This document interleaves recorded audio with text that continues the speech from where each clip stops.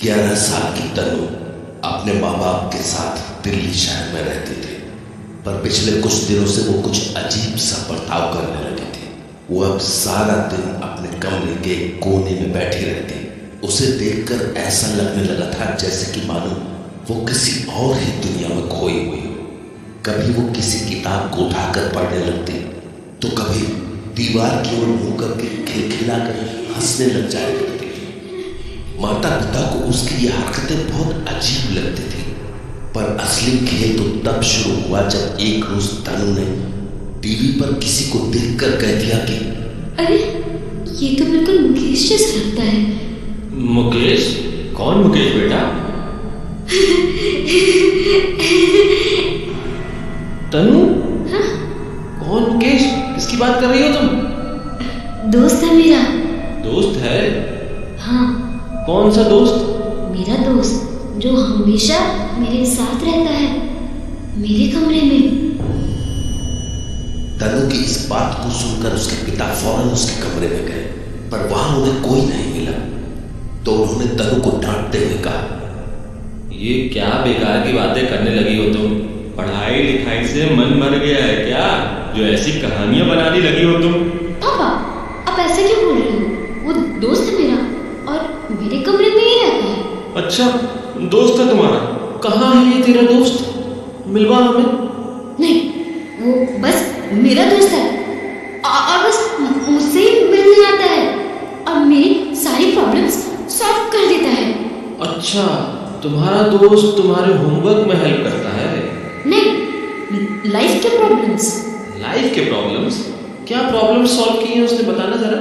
बहुत सारी। जब मुझे टेस्ट देने का मन नहीं होता तो मैं मुकेश से कह देती हूँ और वो मेरी हेल्प कर देता है। हेल्प? कैसी हेल्प? तुम एग्जाम में चीटिंग करती हो? नहीं, बस वो एग्जाम्स के लिए एक्सटेंड करा देता है जब तक मैं चाहूँ तब तक। बहुत अच्छा है वो। मेरे किसी भी फ्रेंड को मुझसे नाराज नहीं होने देता। उन्हें वो इतने अच्छे से समझाता है कि गलती मेरी भी होती है तो वो सॉरी बोलती है। बहुत अच्छा है मुकेश। अच्छा, मतलब तुम्हें लाइफ गाइडेंस मिल रहा है किसी ऐसे से जो दिखता ही नहीं? आप लोग उसे नहीं देख सकते, पर मुझे तो वो हमेशा दिखता है। वो अभी भी सामने दरवाजे पर खड़े होकर हमारी बातें सुन रहा है। देखो तनु, ऐसा है, ये मजाक मस्ती आज किया ठीक है, पर आगे से ऐसी फालतू की बातें मत करना। तुम्हारी मम्मी बेकार में डर जाएगी। पर मम्मी क्यों डरेंगी? हमारे घर में कोई भूत थोड़ी ना है, बस मेरा दोस्त है जो सिर्फ मुझे दिखता है। इसमें डरने वाली क्या बात है? तनु, मैंने कहा ना, ये नौटंकी करने की जरूरत नहीं है। मजाक मस्ती एक हद तक अच्छी लगती है। आपको मेरी बात मजाक लग रही है? पूरे दिन मैं मुकेश से बात करती हूँ और आप बोल रहे हो कि मैं मजाक कर रही हूँ। तनु, ढंग से बात करो। क्यों बहस कर रही हो पापा से? क्योंकि पापा बोल रहे हैं मेरा दोस्त कोई है ही नहीं, मैं बस ड्रामेबाजी कर रही हूँ। अरे वो मुझे साफ साफ दरवाजे के पास खड़ा दिख रहा है। एक मिनट मुकेश, वो टेबल पर जो ग्लास पड़ा है उसे जमीन पर गिरा दो, तभी इन्हें यकीन होगा कि तुम सच में हो। ओफो, चुप हो जाओ तुम दोनों। क्यों बेवजह लड़ रहे हो? तनु बेटा, रात हो गई, जाके सो जा। पर मैं झूठ नहीं बोल रही हूँ मम्मी, मुकेश सच में है। अरे तो कहाँ गिराया उसने तेरा गिलास? कहा तो था तुमने उससे। मुकेश, ग्लास गिरा अभी क्या भी। ये कैसे हुआ? मैंने कहा था ना, मेरा फ्रेंड सच में है। ये क्या हुआ अभी? वो ग्लास कैसे गिरा? अरे हवा से गिर गया होगा। नहीं, पंखा भी नहीं चल रहा है और खिड़कियां भी बंद हैं। हवा कहाँ से आएगी? मुझे कुछ ठीक नहीं लग रहा है। पंडित जी से बात करें क्या? अरे अब तुम मत शुरू हो जाओ। किसी तरह गिर गया होगा गिलास, और मैं फालतू के भूत प्रेत नहीं मानता। हाँ, भूत प्रेत की बात कहाँ से आ गई? एक मिनट, आप लोग मुकेश की बात तो नहीं कर रहे हो? मैंने कहा ना, वो मेरा दोस्त है। भले ही वो बस मुझे दिखता हो, पर वो मेरा दोस्त है। बेटा तो आप लोगों को मेरी बात अब अभी भी झूठ लग रही है ना? मुकेश, तुम कुछ और करके दिखाओ, तभी ये मेरी बात मानेंगे। ये बेड हिला के दिखाओ, तब मजा आएगा। तनु ने इतना कहा ही था कि उनका बेड एक झटके से किसी झूले की तरह हिलने लगा।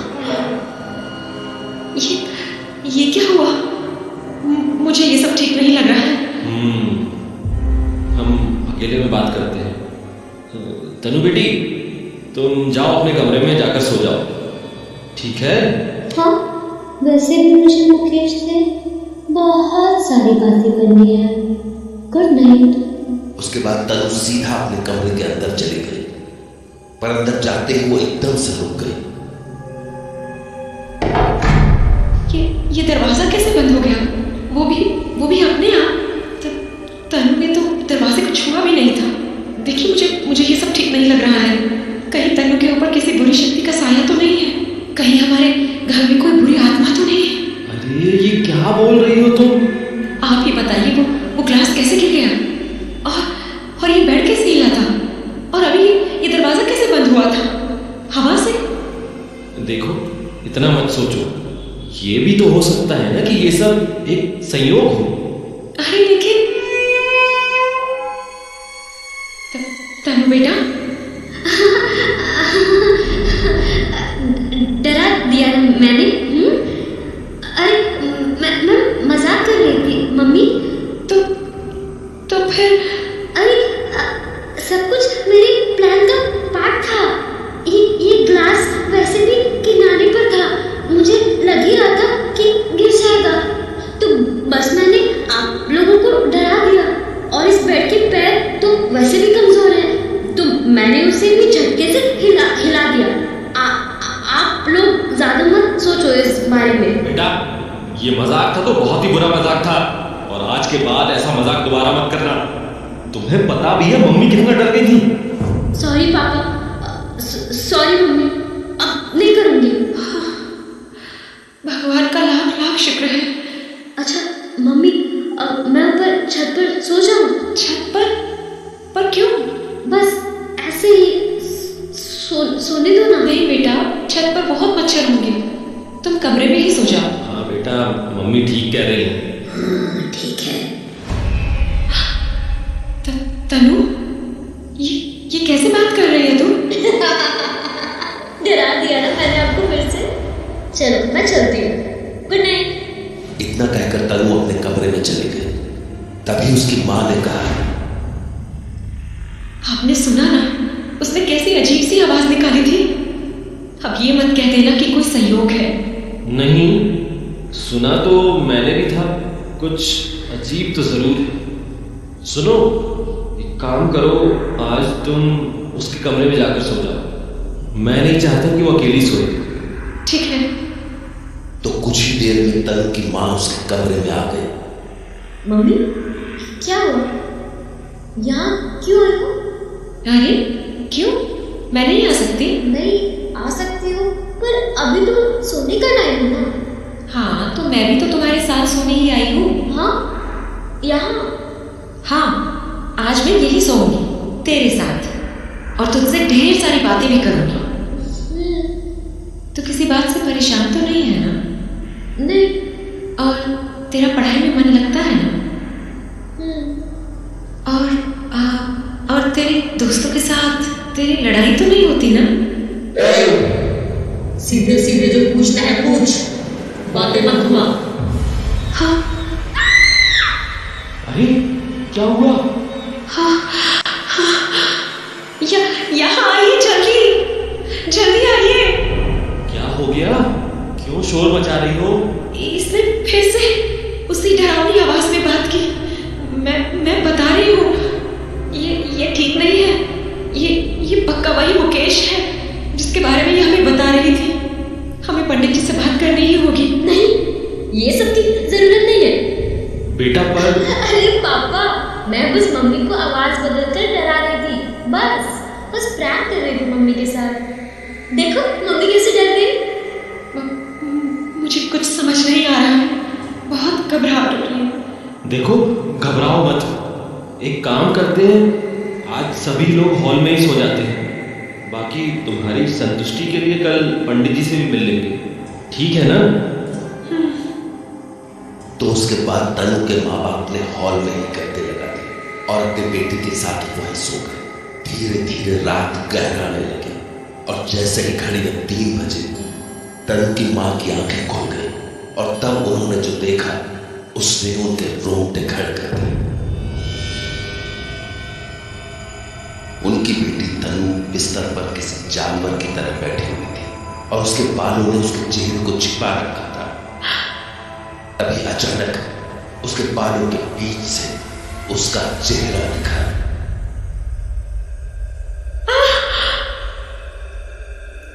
तनु तनु की मां अपनी बेटी को पुकार रही थी, पर वो तो शायद तनु थी ही नहीं। तभी एकदम से उसने कहा, पीछे देखो मम्मी। देखो पीछे। तनु की मां के शरीर का सारा खून जम चुका था, पर फिर भी जब उसने हिम्मत करके पीछे देखा तो वहां कोई बैठा था, कोई बहुत भयानक शक्ल का, और वो मुस्कुरा रहा था। यही है मुकेश।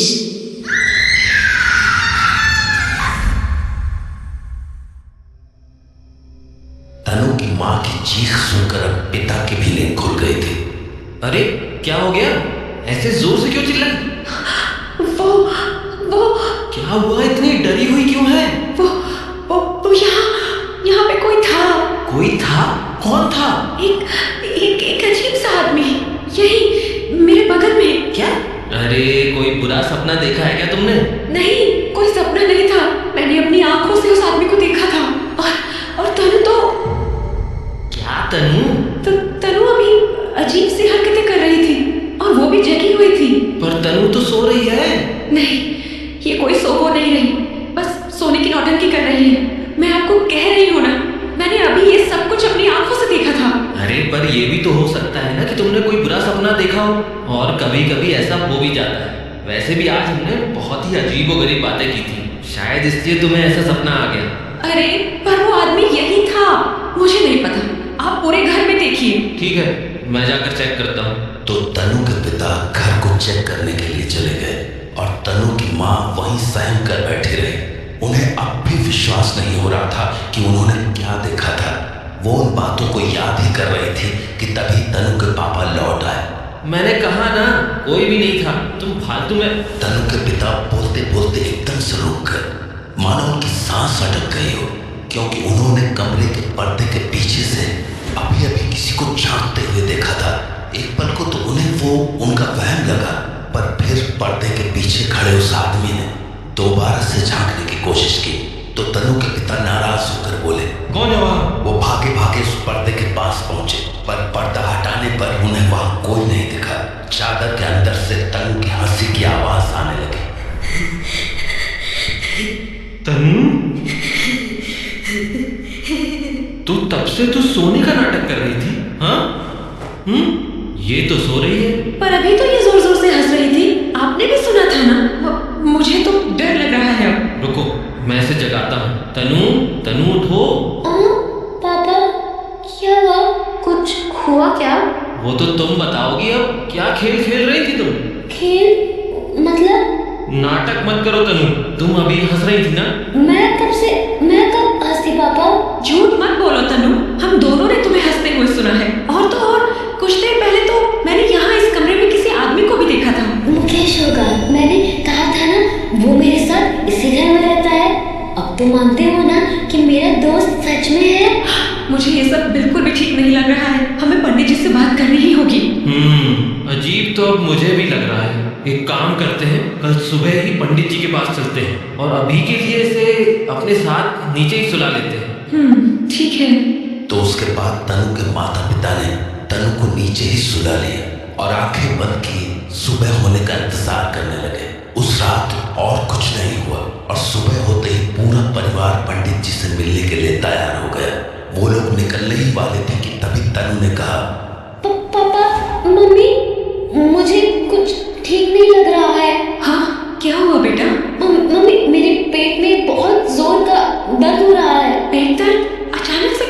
पता नहीं मम्मी, आप लोग जाओ, मैं नहीं जा पाऊंगी। अरे नहीं बेटा, अगर इतनी ज्यादा तकलीफ है तो हम पहले डॉक्टर के पास चले जाते हैं ना। हाँ, डॉक्टर को दिखाने के बाद मंदिर चले जाएंगे। नहीं, उसकी जरूरत नहीं पड़ेगी। मतलब उतना भी दर्द नहीं है। हाँ, अभी तो कह रही थी बहुत दर्द है। नहीं मतलब दर्द है, पर उतना भी नहीं कि डॉक्टर के पास जाना पड़े। अच्छा, एक काम करो, घर में दवाई पड़ी होगी, इसे लाकर खिला दो। ठीक है। तो तनु की माँ दवाई लेने चले गए और तनु के पिता उसे एकटक बस देखने लगे। मानो उन्हें तनु के बात करने के तरीके में एक अजीब सा बदलाव नजर आ रहा हो। तभी तनु की माँ दवाई लेकर आ गई, पर जैसे ही उन्होंने दवाई तनु की तरफ बढ़ाई, तनु ने कहा, अरे मम्मी, ये सर दर्द की दवाई की क्या जरूरत है? सर दर्द ही है ना, थोड़ी देर सो जाऊंगी तो ठीक लगेगा। हाँ, सर दर्द की दवाई? क्या बोल रही है बेटा? अरे आप दवाई उसी के लिए लाए हो ना, ताकि मेरा सर दर्द ठीक हो जाए। क्या? अरे पर तेरे पेट में दर्द हो रहा था ना, तभी तो दवाई लाई हूँ। हाँ नहीं, दर्द मेरे पेट में नहीं है, मेरे पाँव में है। इसलिए तो मैंने कहा था कि मैं मंदिर नहीं जाऊंगी, आप लोग जाओ ना। ये क्या बोल रही है? अभी थोड़ी देर पहले तो तूने कहा था कि तेरे पेट में दर्द था, तो फिर अब बात समझ नहीं आ रही है क्या? बोला ना तनु नहीं जाएगी। ये आपने सुना ना अभी? ये इसने किस तरह से बात की? आपने सुना ना? पहले तो मैं बस तसल्ली के लिए मंदिर जाकर पंडित जी से मिलना चाहता था, पर अब जाना बहुत जरूरी लग रहा है। करने दो ऐसे बहाने। आज तो मैं इसे जबरदस्ती मंदिर लेकर चलूंगा। मैं भाई को फोन करता हूँ, वो गाड़ी लेकर तुरंत आ जाएगा, उसी में चल लेंगे। हेलो विकास। हाँ भैया। एक काम कर, जल्दी से घर आ जा, तनु की तबीयत ठीक नहीं है। तबीयत ठीक नहीं है? क्या हुआ तनु को? तू बस जल्दी पहुंच, मैं तुझे बाकी का सब बाद में बताता हूँ। ठीक है, मैं 10 मिनट में पहुंचता हूँ। अपने छोटे भाई से बात करने के बाद तनु के पिता का हौसला थोड़ा सा बढ़ा, पर जैसे जैसे वक्त बीतता जा रहा था, उनका वो हौसला भी टूटने लगा। जब देखते देखते 20 मिनट बीत गए तो उन्होंने अपने भाई को दोबारा फोन किया। हेलो विकास, कहाँ है तू? घर पर हूँ भैया। क्यों? घर पर? अरे तू यहाँ आने वाला था ना? हाँ, पर आपने तो फोन पर कहा कि आने की जरूरत नहीं है, तनु अब ठीक है। क्या? अरे मैंने कब बोला है? 15 मिनट पहले भैया, आपने फोन किया तभी तो मैं वापस घर लौट आया, नहीं तो मैं आ ही रहा था। तू अभी के अभी घर पहुंच और जल्दी कर। हाँ, बस अभी पहुंचता हूँ। तो कुछ ही देर में तनु के चाचा वहां पहुंच गए और जब उन्होंने अपने भैया भाभी से उनकी आप बीती सुनी तो वो फौरन ही तनु को मंदिर ले जाने के लिए राजी हो गए। पर ये काम इतना भी आसान नहीं होने वाला था। खैर, जैसे ही सब लोग गाड़ी में बैठे, तनु ने कहा, कहाँ ले जा रहे हो मुझे? हम ना आपको ऐसी जगह ले जा रहे हैं जहाँ आपको आराम मिलेगा। आराम? तो कब्रिस्तान लेकर चलना मुझे, वही तो मेरा घर है। हाँ, ये किस तरह की बात कर रहे हो तुम?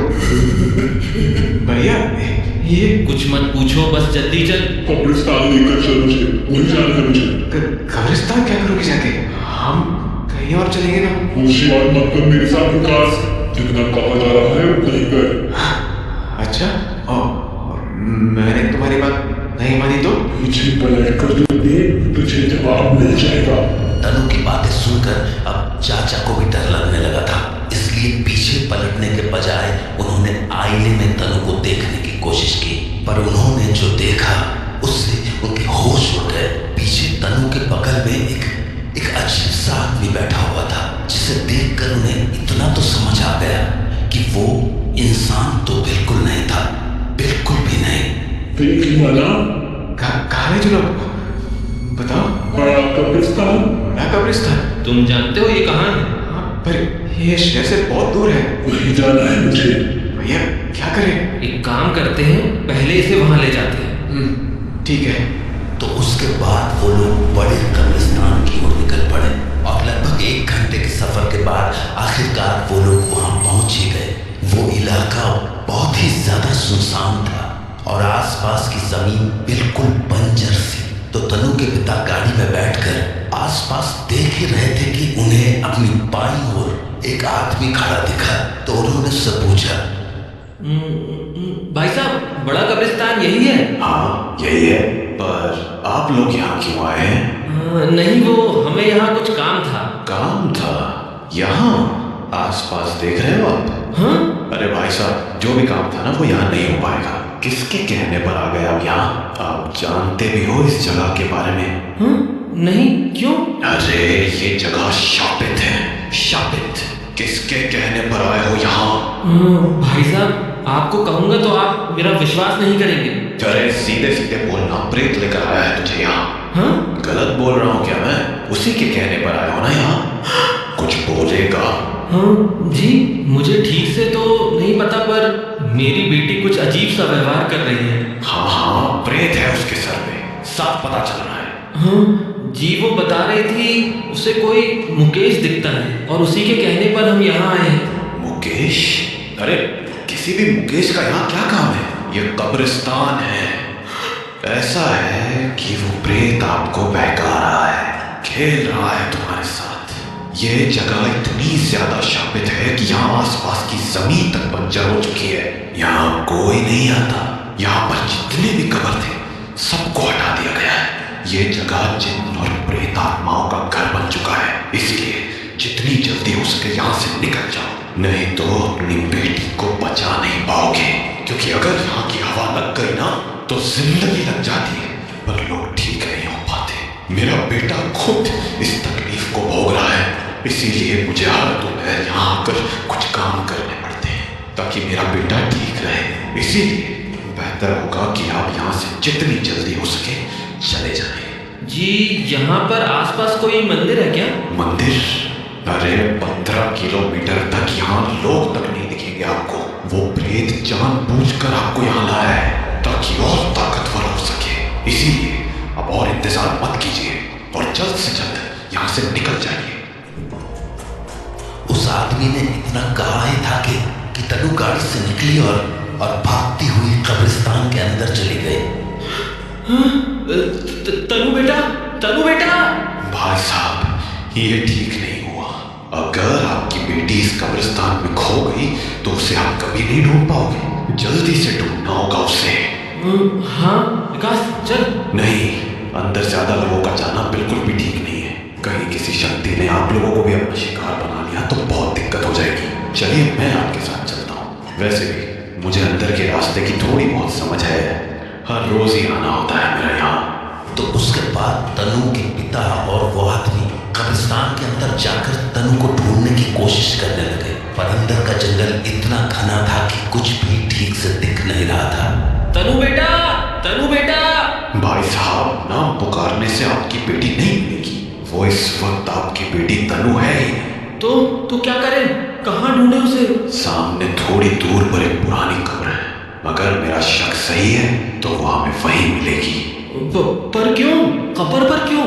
बस समझ लीजिए, तबाही की शुरुआत वहीं से होती है। क्या?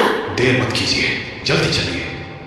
तो वो दोनों फौरन कब्रिस्तान के अंदर चले गए और कुछ ही देर में वो दोनों उस कब्र के पास पहुंच गए और संयोग से तनु उन्हें वहीं लेटी हुई मिली। तनु! भाई साहब, जितनी जल्दी हो सके इसे गोद में उठाकर यहाँ से ले चलो। अरे पर ये बेहोश कैसे हो गई? भाई साहब, मेरी बात मानो। ये जितनी देर इस कब्रिस्तान के अंदर रहेगी आपसे उतनी ही दूर होती रहेगी। इसीलिए इसे गोद में उठाओ और फौरन बाहर ले चलो।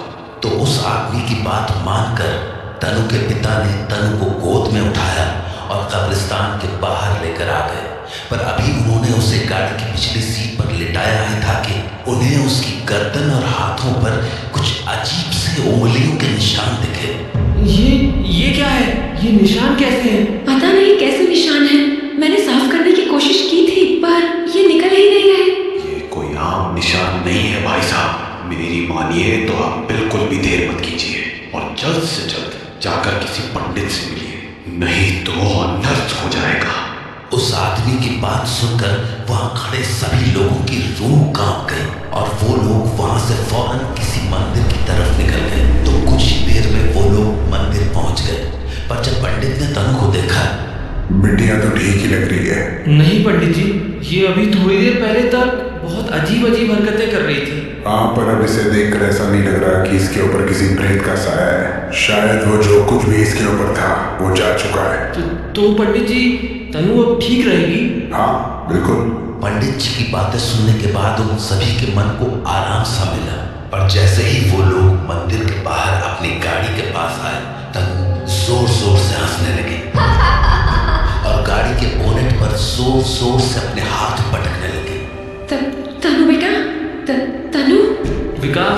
मुझे लगता है कि इस मुकेश का ही किया धरा है। तुम जाकर जल्दी से पंडित जी को बुला लाओ। तो कुछ ही देर में तनु के चाचा भागकर पंडित जी को बुला लाए। पंडित जी के आते ही तनु शांत सी हो गई और पीछे पलट कर खड़ी हो गई, मानो उसके अंदर का मुकेश पंडित जी से नजरें तक नहीं मिलाना चाहता था। तभी पंडित जी ने कहा, ये प्रेत बहुत ही शातिर है। मंदिर आने के पहले इसने इस बच्ची का शरीर छोड़ दिया था, तभी ऐसा लग रहा है कि इस बच्ची पर किसी का साया नहीं है। पर पंडित जी, अब हम क्या करें? ये तो मंदिर के अंदर जा ही नहीं रहा, तो इसका समाधान कैसे होगा और मेरी बेटी कैसे ठीक होगी? चिंता मत करो, इसका उपाय है मेरे पास। आप लोग बस इसे कस के पकड़े रखिए। पंडित जी के कहने पर जब उन्होंने तनु को जबरदस्ती पकड़ लिया तो पंडित जी ने तुरंत उसके दोनों अंगूठों पर एक कलावा बांध दिया। कलावे के बांधते ही तनु शांत सी हो गई। अब ये प्रेत इसके शरीर को नहीं छोड़ पाएगा। आप बच्चे को मंदिर के अंदर लेकर आइए। पंडित जी के कहने पर वो लोग तनु को मंदिर में लेकर चले आए। उसके बाद पूरी रात पूजा चली और सुबह जाकर पंडित जी ने तनु के माता पिता से कहा, आपकी बेटी आप सुरक्षित तो है, लेकिन दो बातें हैं जो आप सभी को हमेशा ध्यान में रखना होगा। कौन सी दो बातें पंडित जी? पहला ये कि किसी भी हालात में तनु की कलाई पर बंधा हुआ धागा खुलना नहीं चाहिए और ये धागा हर महीने 2 महीने में बदलता रहना होगा, वरना संकट दोबारा लौट सकता है। मैं समझा नहीं पंडित जी। तनु के ऊपर जो प्रेत है उससे हमेशा के लिए छुटकारा पाना नामुमकिन है, इसलिए उससे बचने का एकमात्र उपाय यही है कि उस प्रेत को तनु के पास आने का मौका ही ना मिले। इसलिए धागे का बंधा रहना जरूरी है, पर धागे की मंत्रों की शक्ति कमजोर हुई तो वो संकट दोबारा इसकी तरफ आने की कोशिश कर सकता है। पर पंडित जी, हमें पता कैसे चलेगा कि धागा कमजोर पड़ने लगा है? वो आपको आपकी बेटी खुद बता देगी। तनु बता देगी? पर कैसे? जैसे ही धागा कमजोर होने लगेगा वो प्रेत तनु को दोबारा से दिखने लगेगा। इसलिए बच्ची से ये जरूर कहना कि जब भी कभी वो दोबारा दिखने लगे ये आप लोगों को जरूर बता दे। ठीक है पंडित जी। उस रोज के बाद से तनु की जिंदगी वापस से सामान्य हो गई थी, पर जैसे ही उसकी कलाई पर बंधे हुए उस धागे की शक्ति कम पड़ने लगती थी। मम्मी, पापा। तनु बेटा, क्या हुआ? क्या हुआ बेटा? बोल ना।